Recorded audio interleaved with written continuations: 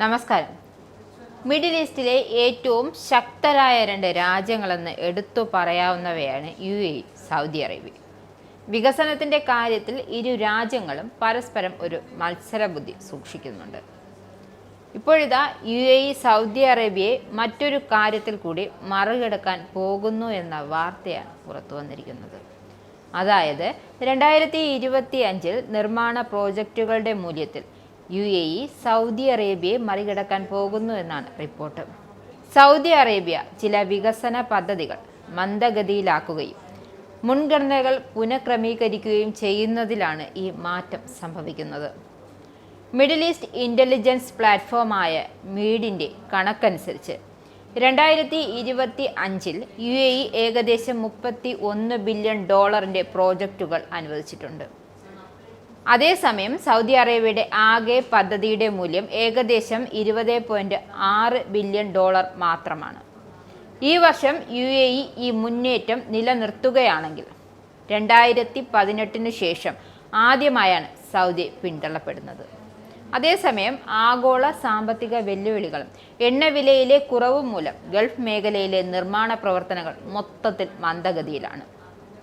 Saudi അറേബ്യയുടെ vision 2030 ഭാഗമായ giga പ്രോജക്റ്റുകൾ 2025 $4 ബില്യൺ മാത്രമാണ് അനുവദിച്ചത്.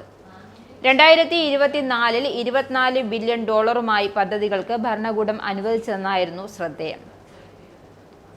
2034 ഫിഫ വേൾഡ് കപ്പിനായുള്ള സ്റ്റേഡിയം നിർമ്മാണങ്ങൾക്ക് കാരണം വർഷത്തിലെ രണ്ടാം പകുതിയിൽ സൗദി അറേബ്യ മറികടക്കാനും സാധ്യതയുണ്ട്. മിഡിൽ ഈസ്റ്റിലെ ഏറ്റവും വലിയ സമ്പദ് വ്യവസ്ഥയെ ഇപ്പോഴും സൗദി അറേബ്യ തന്നെയാണ്. 2025 സൗദി അറേബ്യയുടെ GDP ഏകദേശം $1.1 ട്രില്യൺ എത്തുമെന്നാണ് പ്രതീക്ഷിക്കുന്നത്. മറുവശത്ത് യുടെ GDP 2025 ഏകദേശം $927.7 ബില്യൺ ആണ്. മിഡിൽ ഈസ്റ്റിൽ തുർക്കിക്കും സൗദി അറേബ്യയ്ക്കും പിന്നിൽ മൂന്നാം സ്ഥാനത്താണ് നിലകൊള്ളുന്നത്. യുടെ കാര്യത്തിൽ എണ്ണ, ഗ്യാസ് മേഖല 30% മാത്രമാണ് GDPയിൽ സംഭാവന ചെയ്യുന്നത്. ടൂറിസം, റിയൽ എസ്റ്റേറ്റ്, ധനകാര്യം, ടെക്നോളജി എന്നിവയാണ് രാജ്യത്തിൻ്റെ മറ്റു പ്രധാന വരുമാന മാർഗങ്ങൾ. 2025 യിൽ 50% വിദേശ നിക്ഷേപ വർധനവ് ഉണ്ടായി. സൗദി അറേബ്യയുടെ വരുമാനത്തിൻ്റെ വലിയൊരു വിഹിതം ഇപ്പോഴും എണ്ണ തന്നെയാണ്. ആഗോള വ്യാപാര, ടൂറിസം, ടെക്നോളജി ഹബ്ബായി തുടരുന്ന 2030 $150 ബില്യൺ വിദേശ നിക്ഷേപം ലക്ഷ്യമിടുന്നു.